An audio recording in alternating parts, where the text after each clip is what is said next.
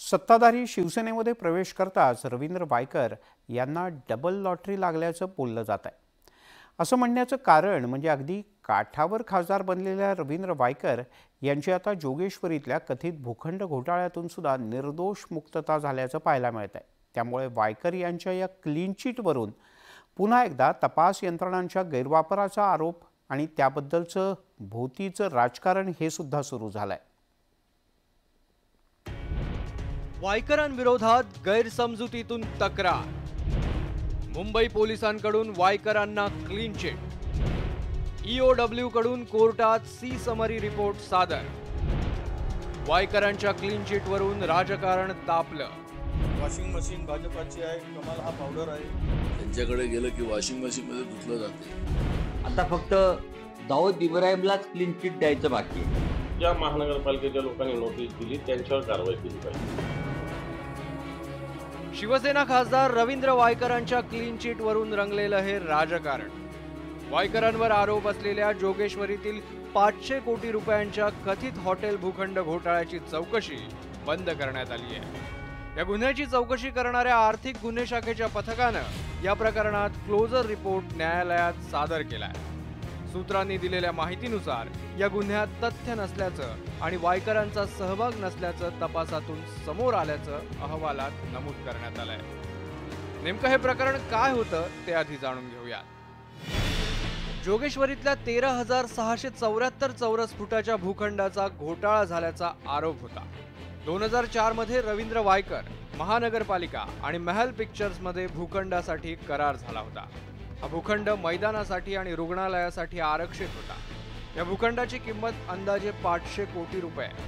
राखीव भूखंडावर वायकरांकडून पंचतारांकित हॉटेलची उभारणी झाली। या हॉटेलच्या बांधकामासाठी मुंबई महानगरपालिकेची परवानगीच घेतली नसल्याचा आरोप झाला। वायकरांविरोधातील तक्रार भाजपचे नेते किरीट सोमय्या यांनी आर्थिक गुन्हे शाखेकडे केली होती। या गैरव्यवहारातून पालिकेचा महसूल बुडवल्याचा आरोप करत अभियंता संतोष मांडवकरांच्या तक्रारीवरून गुन्हा दाखल झाला होता। रवींद्र वायकर, त्यांच्या पत्नी मनीषा, भागीदार आसू नेहलानी, राज लालचंदानी, प्रितपाल बिंद्रा आणि आर्किटेक्ट अरुण दुबेंविरोधात फौजदारी गुन्हा दाखल झाला होता। पण आता मुंबई पोलिसांनी प्राथमिक चौकशी करत खासदार रवींद्र वायकरांना क्लीन चिट दिली आहे। जोगेश्वरी भूखंड घोटाळा प्रकरणात ईओडब्ल्यू कडून कोर्टात सी समरी रिपोर्ट सादर करण्यात आलाय। मुंबई महानगरपालिकेकडून दाखल झालेली तक्रार गैरसमजातून केल्याचा दावा करण्यात आलाय। सत्याचा विजय झाला ना, मग सत्यमेव जयते। ही क्लीन चिट मला ऑलरेडी सुप्रीम कोर्टामध्येच मिळालेली आहे, त्यामुळे यातलं काही नाविन्य नाही मला वाटत आहे। कारण ज्या प्राधिकरणाने मला लेटर दिलं होतं ते स्टॉपरचं, त्याला मी चॅलेंज केलं होतं सुप्रीम कोर्टामध्ये आणि तिथे त्यांनी ॲफिडेविट केली की आम्ही जे दिलेलं लेटर आहे त्यांना ते परत घेतो। त्याच वेळेला ते विड्रॉ झालं होतं, त्यामुळे आज क्लीन चिट नाही मिळाली, मला सुप्रीम कोर्टाने ऑलरेडी दिलेली आहे। रवींद्र वायकर हे याच प्रकरणाला कंटाळून शिंदेंच्या शिवसेनेत गेल्याचा आरोप महाविकास आघाडीच्या वतीनं वारंवार केला जात होता।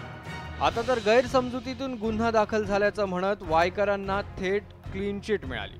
त्यामुळे महाविकास आघाडीच्या नेत्यांनी भाजपासह महायुतीवर जोरदार टीकास्त्र डागलाय। नाही, जो भाजपमध्ये जाईल तो स्वच्छ होऊन बाहेर येईल हा नाराज आहे। त्यांची वॉशिंग मशीन एवढी आहे, वॉशिंग मशीन भाजपाची आहे, कमाल हा पावडर आहे, त्यामुळं कमाल छाप पावडर टाकला आणि मशीनमध्ये घातलं भाजप मशीनमध्ये की तो माणूस धुवून स्वच्छ होऊन फार निघतो। हे आत्तापर्यंतचा अनुभव आहे, त्यात काही फार नवीन आहे असं नाही। म्हणजे आरोप करायचे आणि सोबत घ्यायचं आणि सोबत घेऊन त्यांचे सगळे प्रकरणं संपवून टाकायचे। साहेब, वायकरांनी ज्यावेळेस ते लोकसभेचे उमेदवार झाले त्यावेळेसच त्यांनी या प्रश्नाचं उत्तर दिलेलं आहे। यामुळे मला असं वाटतं की मोदी सरकारच्या बद्दल त्या ईडी आणि सीबीआयच्या माध्यमातून, त्या कार्यकर्त्यांच्या माध्यमातून ते राजकारण कसं करतात, त्यांच्याकडे गेलं की वॉशिंग मशीनमध्ये धुतलं जाते, हे आपण अनेक चित्र पाहिलेले आहे। त्याच्यामुळे मला आता ही चर्चा फार काही महत्त्वाची आहे असं मला वाटत नाही। आता फक्त दाऊद इब्राहिमलाच क्लीन चिट द्यायचं बाकी आहे। हे सरकार जे आहे, हे सरकार महाराष्ट्रातला असो किंवा दिल्लीतला असो, ओवाळून टाकलेले सगळे भ्रष्टाचारी आपल्या पक्षात घेत आहेत.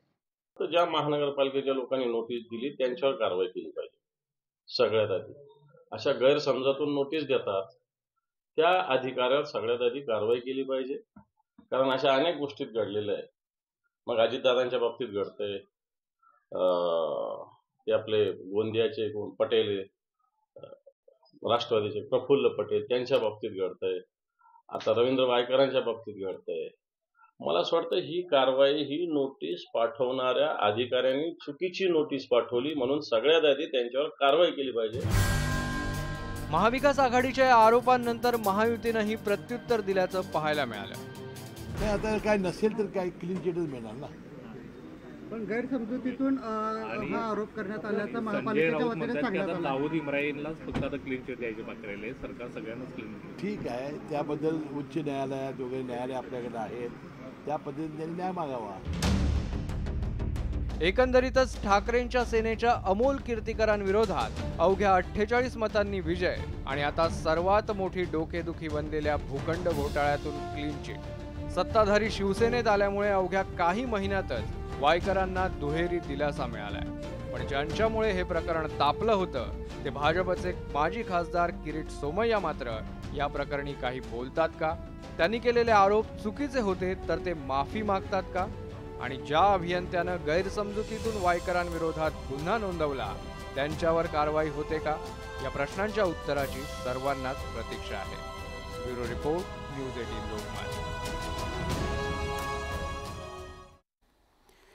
यासोबतच बुलेटिनमध्ये घेऊयात एक छोटा